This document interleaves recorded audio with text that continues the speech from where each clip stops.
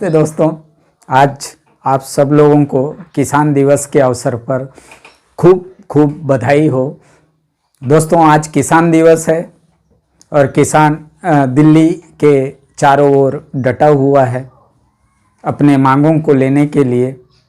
और वो मांग है कि तीनों जो कृषि बिल है उसको वापस लिया जाए।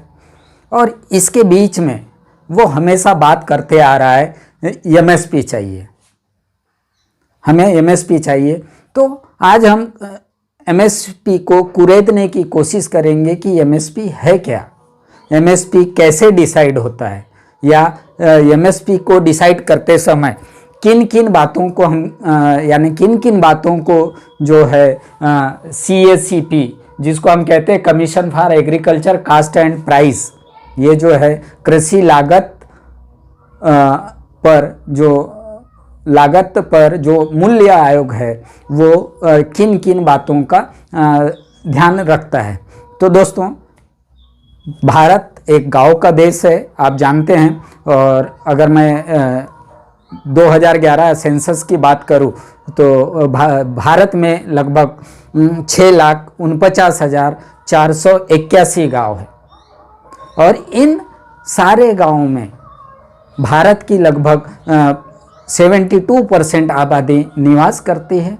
और इनमें से अधिकतर लोग, लगभग 60% लोग प्रत्यक्ष या अप्रत्यक्ष रूप से कृषि पर अपना जीवन निर्वाह अवलंबित रखे हुए हैं या अवलंबित है।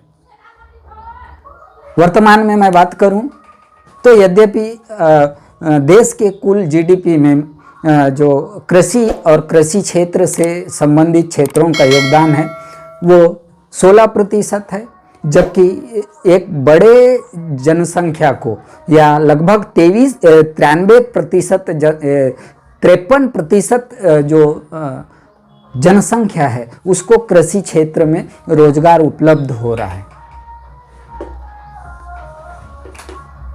तो ये रोजगार तो बड़ा हिस्से को मिल रहा है, बट जीडीपी में उसका हिस्सा 16% है।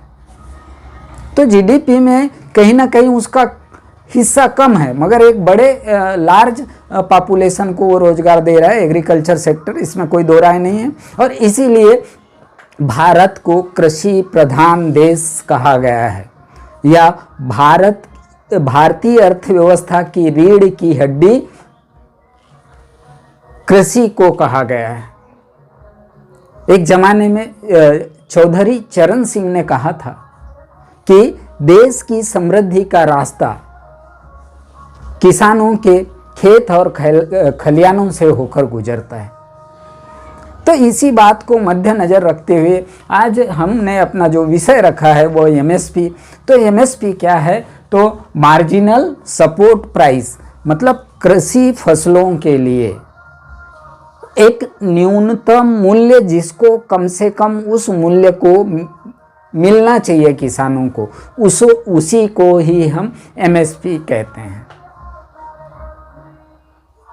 हम सब जानते हैं कि जो पूरा जो भारत देश है, उन भारत देश में लगभग 86% जो किसान ऐसे किसान हैं जो मार्जिनल किसान माने जाते हैं या सीमांत किसान माने जाते हैं, जिनके पास 2 हेक्टर से कम भूमि है, यानी 5 एकड़ से कम भूमि है।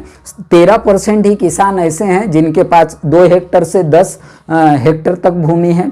और केवल आधा % किसान ऐसे हैं जिनके पास 10 हेक्टर से ज़्यादा भूमि है। तो यहाँ कहने का तात्पर्य यह है कि जो गांव के आबादी का एक बड़ा हिस्सा कहीं ना कहीं मार्जिनल किसानों का है। और मार्जिनल किसान जो अपना खेती बाड़ी करते हैं, जो फसल वो उगाते हैं,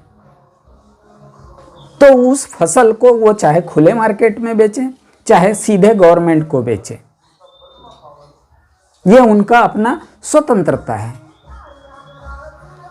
हम सबको पता है कि 1960 और 70 के दशकों के बीच भारत में क्या आया है?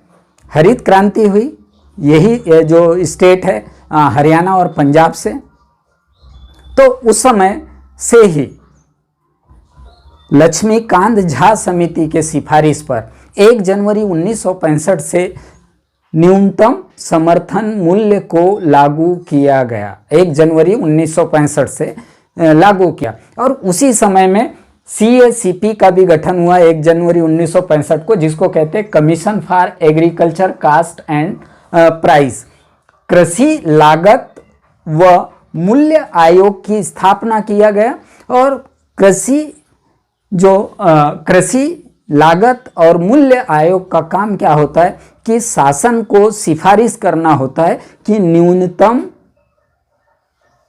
कीमत किसी भी फसलों के लिए कितना होना चाहिए। मतलब MSP को निर्धारित करने का काम CACP ही करता है और इसके अकॉर्डिंग टू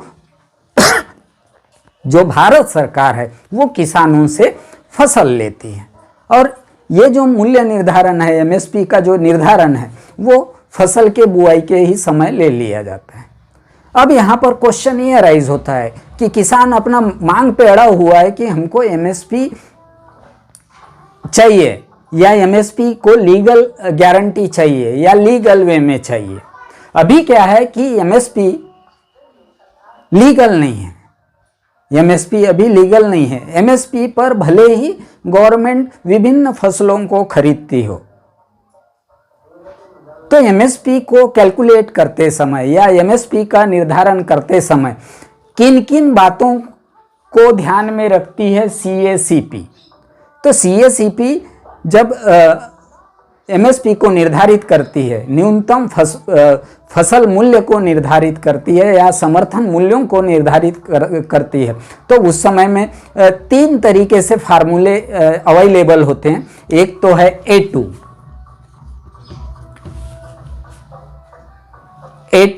अब A2 में क्या समावेश होता है? तो A2 में नगद रूप में जो मुद्रा खर्च करता है, जो पैसा खर्च करता है किसान, उन चीज़ों को यहाँ पर समावेश किया जाता है A2 में।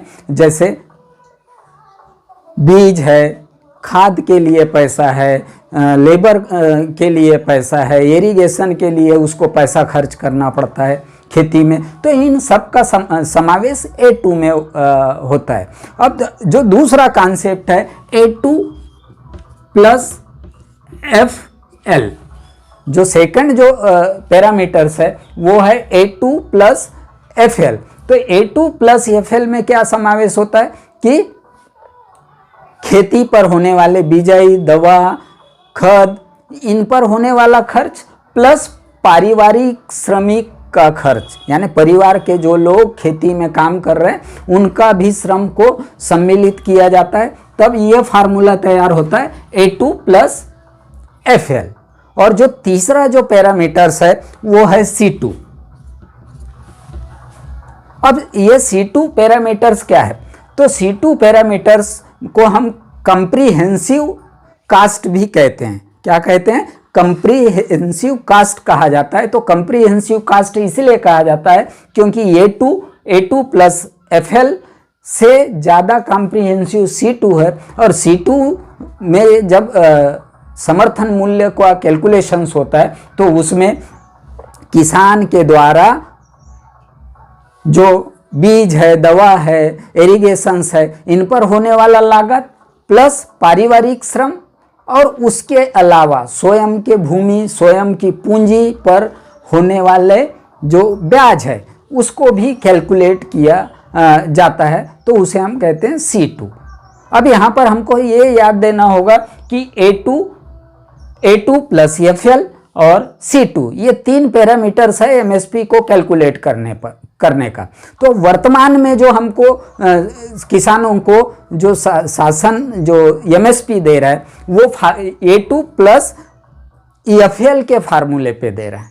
अब A2 प्लस FL का फार्मूला हमको क्या बता रहा है कि जो नकदी रुपया फसल को उगाने में जो किसान खर्च कर रहा है, चाहे वो बीज के लिए हो, फर्टिलाइजर के लिए हो, केमिकल के लिए हो, दवा के लिए हो और चाहे और अन्य मदों पर खर्च करने के लिए हो, ये लागत प्लस जो किसान का परिवार जो श्रम मुहैया करा रहा है उस खेती फसल को लेने के लिए उसका लागत, और ऐसे दोनों लागत मिलकर न्यूनतम समर्थन मूल्य वर्तमान में दिया जा रहा है।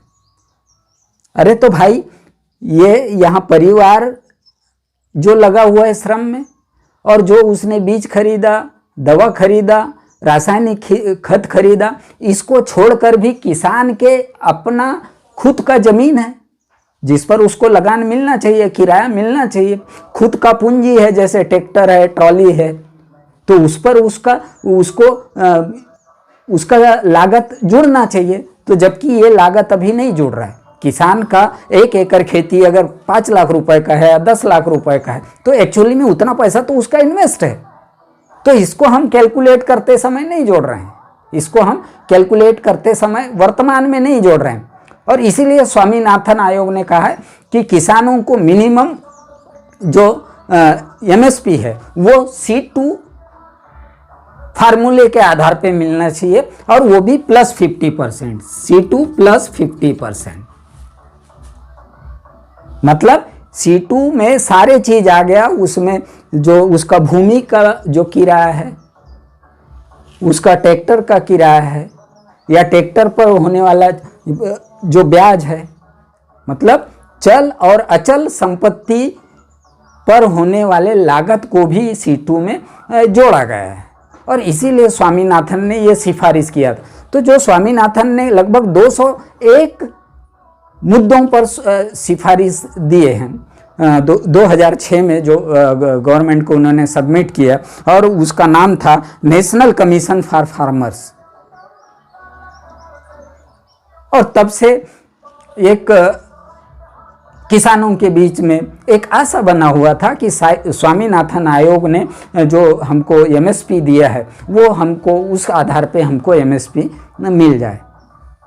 और स्वामीनाथन आयोग का जितने भी सुझाव है, उन सब सुझावों में से यही एक सुझाव है जो एमएसपी का C2 +50%, यही सुझाव महत्वपूर्ण है, यही सुझाव महत्वपूर्ण है। बट अभी सरकार हमको A2 + FL दे रहा है, C2 +50% नहीं दे रहा है। और तब भी किसान बोल रहा है कि किसानों का आय दुगना हो, तब भी सरकार बोल रही है कि किसानों का आय दुगना हो गया।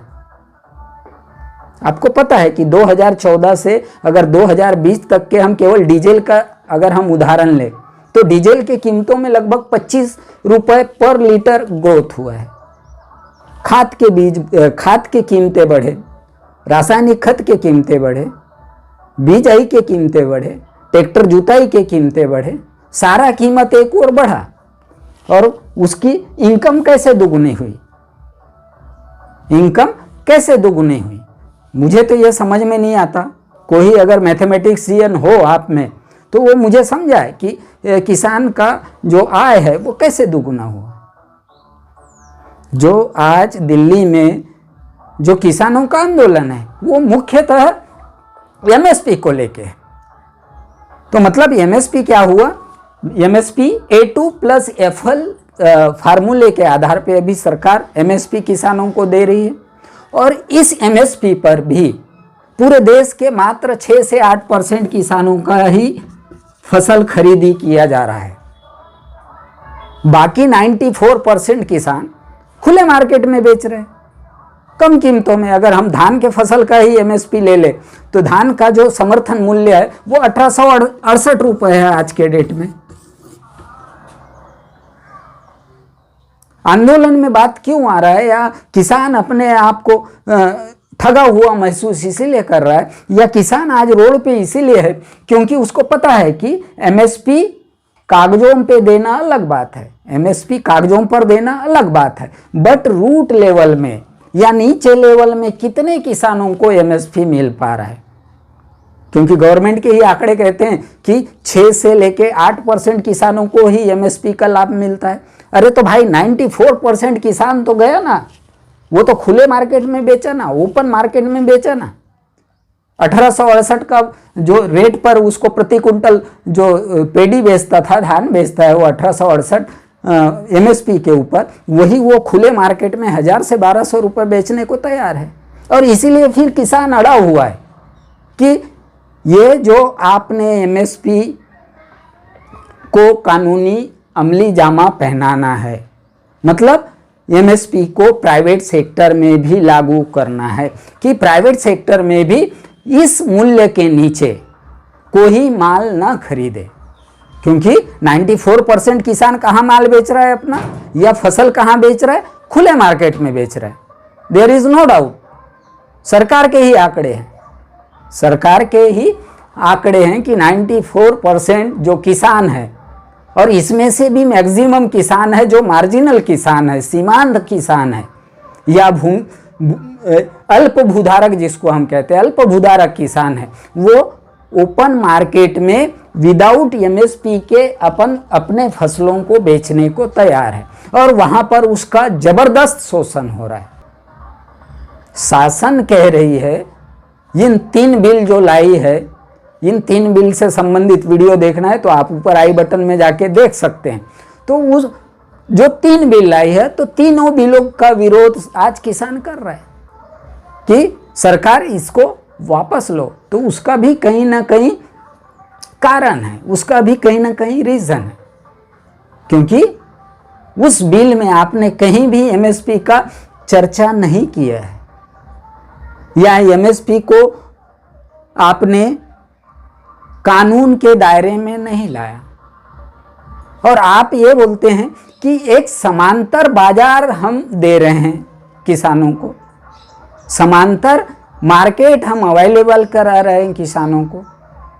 जब अभी जो व्यवस्था है बाजार का, तो ऐसे व्यवस्था में जब 6% लोग ही एमएसपी का फायदा ले रहे, और जब आप किसानों को कितना भी बाजार उपलब्ध करा ले, तो खुले बाजार में तो उसको एमएसपी मिलने वाला नहीं है, या एमएसपी के बराबर उसको कीमतें मिलने वाली नहीं है, क्योंकि आज भी किसान बेच ही रहा है। यूपी में जाइए आप, 1000 से 1200 रुपये में धान बिक रहा है। महाराष्ट्र में आ जाइए तो 1200 से 1400 रुपये धान बिक रही है, मतलब उसको एमएसपी नहीं मिल रहा है। और इसीलिए किसान चाहता है कि उसके मूल्यों पर या उसके फसलों पर एमएसपी का निर्धारण हो, चाहे वो प्राइवेट सेक्टर में बेचे, चाहे वो निजी व्यापारियों को बेचे, चाहे डायरेक्ट सरकार को बेचे। एमएसपी दोनों के लिए होना, और इसी बातों पर किसान आज अडिग है। सरकार एक और कहती है कि हम तीनों बिल को वापस नहीं लेते, और एमएसपी को हम कानून के दायरे में भी नहीं ला सकते। एक तो आपने कॉन्ट्रैक्ट फार्मिंग ला लिया न्यू एग्रीकल्चर बिल में। न्यू एग्रीकल्चर बिल में आप युद्ध और आपात परिस्थितियों को छोड़कर आपने एसेंशियल कमोडिटी एक्ट को असीमित भंडारण के लिए आपने परमिशन दे दिया, मंजूरी दे दिया। और एक तरफ आप पैरेलल में कॉन्ट्रैक्ट फार्मिंग ला लिए, एक तरफ आप पैरेलल में दूसरे व्यापारियों को खुलेआम खरीदने का छोड़ दिए। तो वह व्यापारी तो क्या करेगा? सस्ते कीमतों पर उनका फसल खरीदेगा, और जब कीमतें ऊंची हो जाएगी बेच देगा। मरेगा यहाँ किसान, और इसीलिए किसान चिल्ला रहा है। इसीलिए किसान आज सड़क पर है। सर्दी 2 डिग्री सेल्सियस से भी कम है, तब भी वो खुले आसमान के नीचे धरना दे रहा है पिछले 1 महीने से, क्योंकि उसको इस बात का डर है कि अगर प्राइवेट सेक्टर में भी एमएसपी ना हो तो वो जाएगा कहाँ, किसके पास फसल बेचेगा, किस कीमत पर बेचेगा, क्योंकि खुद का फसल का कीमत तो खुद वो निर्धारित नहीं करता। और किसी भी फसल के कीमत को निर्धारित करने के लिए लैंड, लेबर, कैपिटल और इंटरप्रेनर, तो लैंड को मिलने वाला जो लागत है वो है लगान, कैपिटल को मिलने वाला ब्याज, लेबर को मिलने वाला जो है मजदूरी, और इंटरप्रेनर को मिलने वाला लाभ। ये मिलाकर ही क्या बनता है? किसी भी वस्तु की कीमतें निर्धारित होती है। और यहाँ पर A2+FL में आपने देखा कि कैसे किसानों का जो खुद का जमीन का जो लागत है, या खुद का जो पूंजी का लागत है, उसको हमने A2+FL में समावेश नहीं किया। मतलब C2+50 वाला जो फार्मूला है जो स्वामीनाथन ने दिया उसको हमने लागू नहीं किया, और छाती ठोक के सरकार कह रही है कि हम एमएसपी दे रहे हैं। मतलब इनडायरेक्ट आप किसानों का शोषण कर रहे हैं। न्यूनतम समर्थन मूल्य जब C2+50 मिलेगा, मतलब टोटल कास्ट में 50% और बढ़ाकर देना है आपको, तभी वो चीजें किसानों के लिए लाभदायक होगा या किसानों के लिए फायदेमंद होगा। अभी जो वर्तमान में A2+FL जो मिल रहा है, A2+FL मतलब कि बीज, खत, पानी, इन पर होने वाला खर्च प्लस पारिवारिक श्रम को ही अभी आपने लागत का अनुमान बताया या लागत में सम्मिलित किया। वहाँ पर भूमि की किराया को सम्मिलित नहीं किया आपने, या उसका जो अन्य जो संपत्ति होगी, खुद का पैसा होगा, उसका जो ब्याज लगता होगा उसको आपने A2+FL में सम्मिलित नहीं किया। खुद का ट्रैक्टर लगा होगा उसका किराया आपने सम्मिलित नहीं किया। तो इन बातों को जब तक सम्मिलित नहीं किया जाएगा एमएसपी में, तब तक एमएसपी अपने आप में कंप्लीट है या न्यूनतम समर्थन मूल्य अपने आप में कंप्लीट है, ये हम नहीं कह सकते, क्योंकि ये वही किसान है जो सर्दी हो या गर्मी हो या बारिश हो, अपने आप को तकलीफ देकर पूरे हिंदुस्तान का पेट भरता है। क्योंकि जय पूरे भारत में दो ही वर्गों का होना चाहिए, एक तो जय जवान और जय किसान, क्योंकि यही दो ही लोग हैं जो बिना सर्दी गर्मी बरसात के परवाह न करते हुए एक बॉर्डर पे लड़ता है और एक अपने खेतों और खलिहानों में लड़ता है। सरकारें आएंगी जाएंगी, सरकारें किस पार्टी की है किस पार्टी की नहीं है उससे कोई सरोकार नहीं होना चाहिए। ये जो मूवमेंट्स है, ये एक ऐतिहासिक मूवमेंट है। किसान आंदोलन एक ऐतिहासिक मूवमेंट है और इसमें हर भारतीय आज कंधे से कंधा मिलाकर किसानों के साथ खड़े होना चाहिए, क्योंकि किसानों का इतना तो हक बनता है कि वो जो फसल उत्पादित कर रहा है उस फसल का न्यूनतम मूल्य उसको मिले। उतना मूल्य उसको अवश्य मिलना चाहिए जितना उसने उस फसल को निकालने में लागत लगाया है। वो एमआरपी नहीं मांग रहा है, वो एमएसपी मांग रहा है, मिनिमम सपोर्ट प्राइस, और उसको कानूनी गारंटी मांग रहा है ताकि उसका शोषण कम से कम हो, ताकि वो थोड़ा खुश रह सके, आपको पता होना चाहिए दोस्तों कि पूरे हिंदुस्तान में अगर किसानों का एवरेज इनकम निकाले हम तो 77,112 रुपये है। 77,112 रुपये है। 77,112 रुपये। अगर हम ये मान के चले कि एक किसान के परिवार में अगर 5 लोग रह रहे हैं तो एक आदमी के हिस्से में 12,000 ही रुपए आते हैं, 1,000 रुपए महीने। कैसे गुजारा करता होगा? अगर आप इकोनॉमिक सर्वे की बात करें तो 2016 की इकोनॉमिक सर्वे में आप देख पाएंगे कि भारत के 17 राज्य ऐसे हैं जहां पर अधिकतर किसानों का जो वार्षिक इनकम है वो 20,000 रुपए के आसपास है, और यही वो मार्जिनल किसान है जो 80% में आते हैं या 86% में आते हैं, ना जिनको ना एमएसपी होते हुए भी ना एमएसपी पर वो फसल बेच सकते हैं, ना अच्छे से जी सकते हैं, ना अच्छे से मर सकते हैं। क्योंकि किसान वही है, जब बारिश में उसका घर टपक रहा होता है, जब बारिश में उसका छत टपक रहा होता है, तब भी वो बारिश होने की दुआ मांग रहा होता है। और इस त्रासदी को हम नहीं भुला सकते।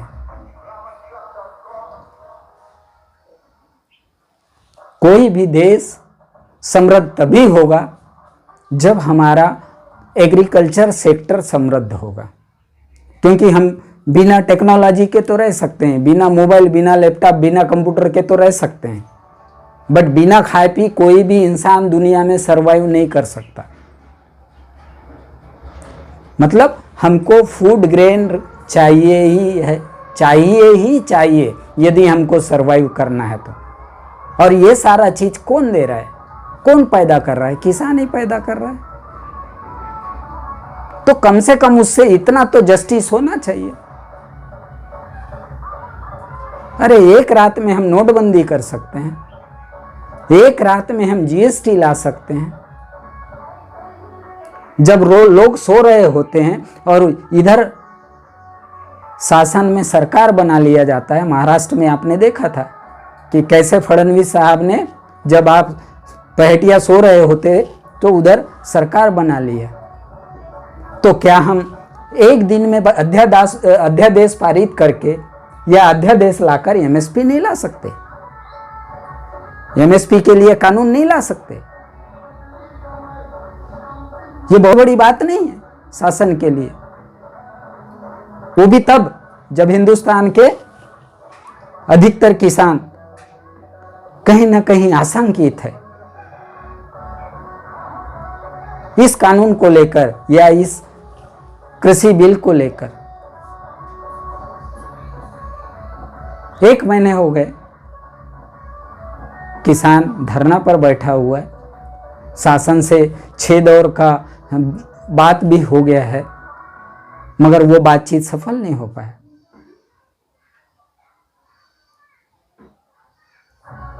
तो कहने का मतलब ये है कि किसान का हाल तभी सुधरेगा जब एमएसपी को हम लीगल वे में लाएंगे। एमएसपी लीगल वे में ला लीजिए आप। किसान का माल चाहे सरकार खरीदे उस मूल्य पर खरीदा जाएगा, चाहे किसान का माल वो व्यापारी खरीदे उस मूल्य पर खरीदेगा। अगर उसके नीचे मूल्य पर यदि वो खरीदता है तो वो कानूनी जुर्म होगा, कानूनी जुर्म होगा, ऐसा माना जाएगा। तो फिर देखिए आप किसानों का कैसा हाल सुधरेगा नहीं। और दूसरी बात, एमएसपी को आप C2+50 दे दीजिए। आप बोल ही रहे हैं कि सबका साथ सबका विकास, और हमको एग्रीकल्चर को या किसानों की आय दुगनी करनी है, तो आप कम से कम C2+50 कर दीजिए। यही स्वामीनाथन आयोग ने बोला है,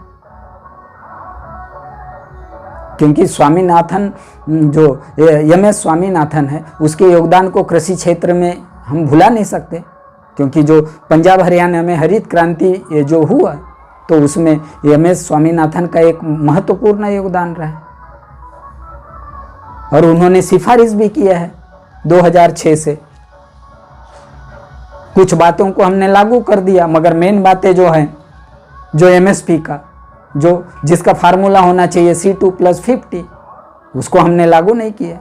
तो किसान भाइयों, यदि आप वीडियो देख रहे हैं तो आप जागिए, और जो भी किसान का सच्चा बेटा है अगर वो वीडियो देख रहा है तो वो इस वीडियो को आप उन तमाम किसानों तक पहुंचाइए जो एमएसपी को नहीं जानते, या एमएसपी कैसे तैयार किया जाता है, एमएसपी का पैरामीटर्स क्या है वो नहीं जानते। वो इसको भेजिए उन तक, ताकि वो अपने हक के लिए या अपने अधिकार के लिए ज़्यादा मजबूती के साथ खड़े होकर लड़े, क्योंकि वक्त हमेशा नहीं आता।